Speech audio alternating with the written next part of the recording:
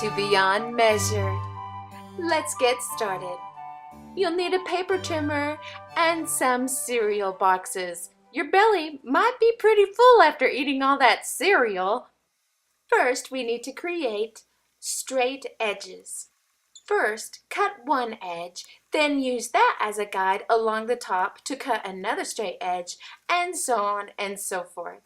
Next, we'll cut and create the foundations of our project.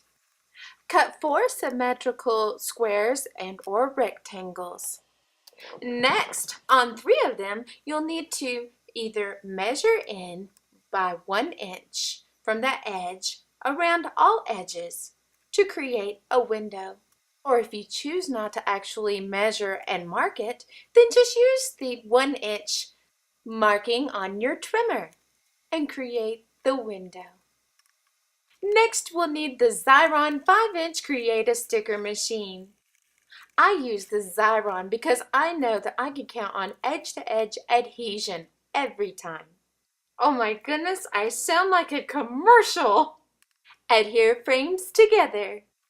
Up next, get the rest of your cereal boxes and your frames close by because you'll need to paint them with a coat of metallic acrylic paint. I used gold.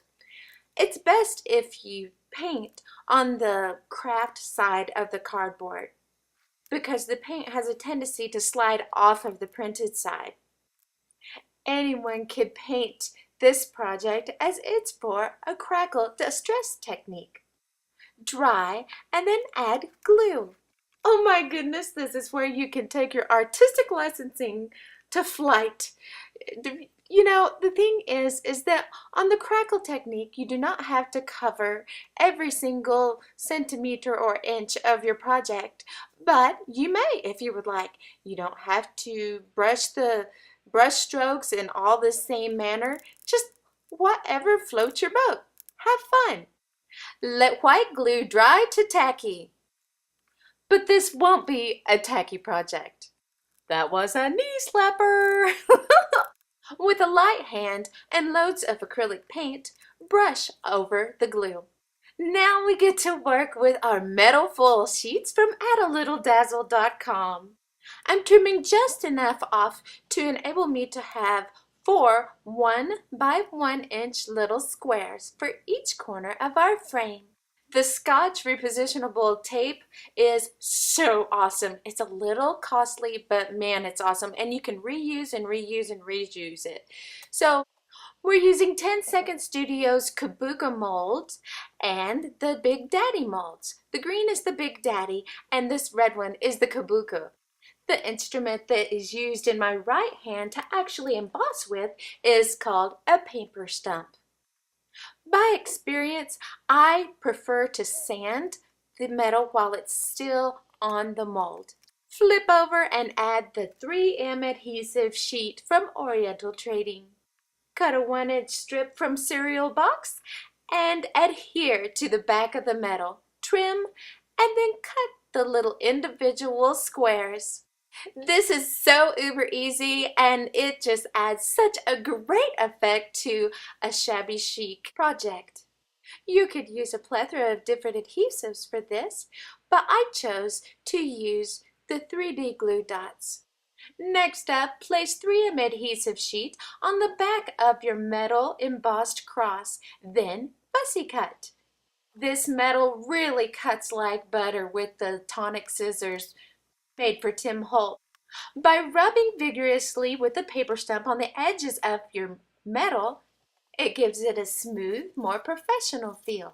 Oh my goodness, 2 of my favorites, Tim Holt's Craft Core Coordinations paper, the Siskiyou Texture Boutique embossing machine, and a Siskiyou animal print embossing folder. Be sure that the colored side faces up. Oh my goodness, sand over a scrap piece of chipboard. Now with a light hand, you'll want to take some of your white acrylic paint and just kind of almost as if you're dusting powdered sugar on it, so to speak. Let dry and go over lightly with Tim Holtz clear embossing ink. Next, you get to use the Stupendous Frontage Uber Awesome Embossing Powder. I believe this one is antique gold, maybe? Just bear with me. It'll look pretty when we're finished. Now you'll need to get your heating tool out and heat, and it gives a beautiful effect. I'm trimming the lace because all of it will not be seen because it'll be hidden underneath the leopard embossed paper. Oh my, can it really be? I'm going to adhere this on top of that? Well, not quite yet. This is the Anna Griffin 125 paper. Cut it to size to fit beautifully when you adhere it to your cereal box foundation. Here it is to save the day. It's the Xyron 5-inch Creative Sticker Machine. When you use the Xyron to adhere paper to something, it really makes for a great smooth adhesion. Have you pondered how will we adhere the lace? Well, we're going to run it through the 1.5-inch Creative Sticker Machine, and it works uber awesome too. You'll notice that I conserved a bit of lace by not going totally from edge to edge on our card base. And from stickermaker.com is the 4-inch Xyron runner. It's a super tool to use on the back of our leopard embossed paper. And now remove the pink adhesive backing from the underside of your cross. For placement of your cross, it's best to go ahead and lay your frame atop of your growing project. When using craft metal, be sure to always use your paper stump along the edges for professional adherence. I used a 3D glue dot on the upper part of the cross. And now we'll use our Cuttlebug die cutting machine and the ingenious Spellbinders Classic Ovals Large. You only need to cut one. I cut two only because I didn't know which size would be best for my project. The cutting sandwich is ACDCBC and the embossing sandwich is ADC Matte CBB.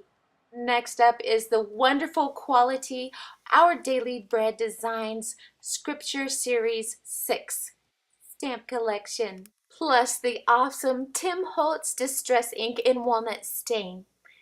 Prepare your oval for heat embossing and stamping with my homemade stamping buddy. Stamp with ink, dust with clear embossing powder, and heat with the Ranger Heated tool.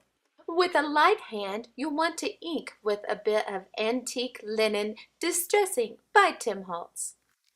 Take your paper rose, dip it in the clear embossing ink, then in the clear embossing powder, heat, and you'll have a bit of a porcelain look to your flower.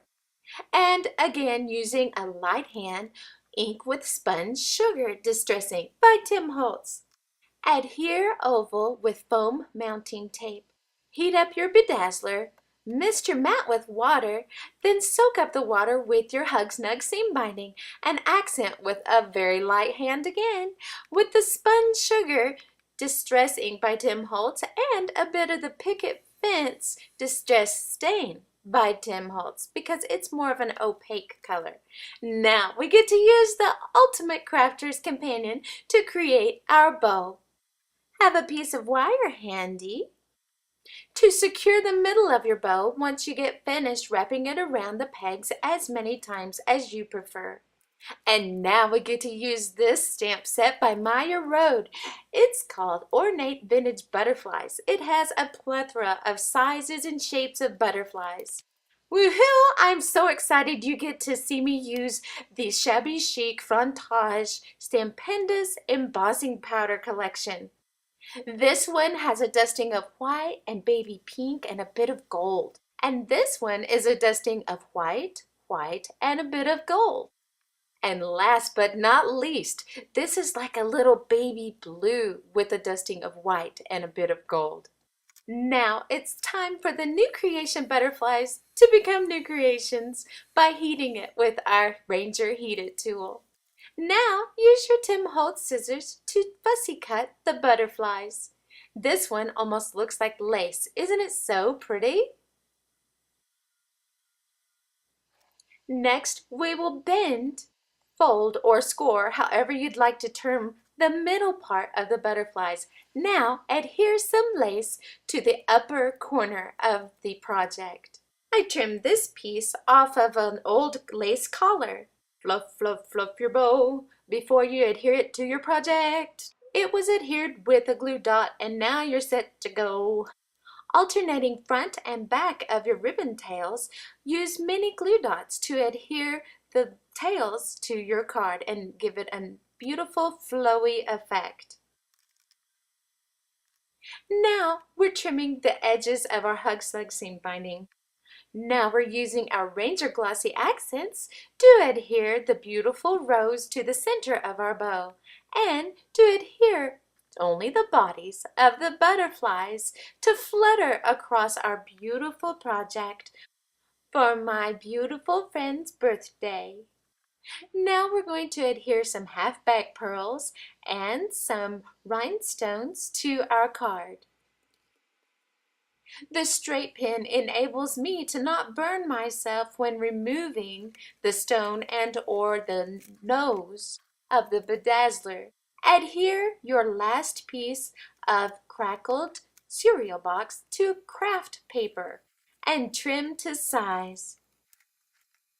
Using the smallest stylus, score down the middle of your cardboard.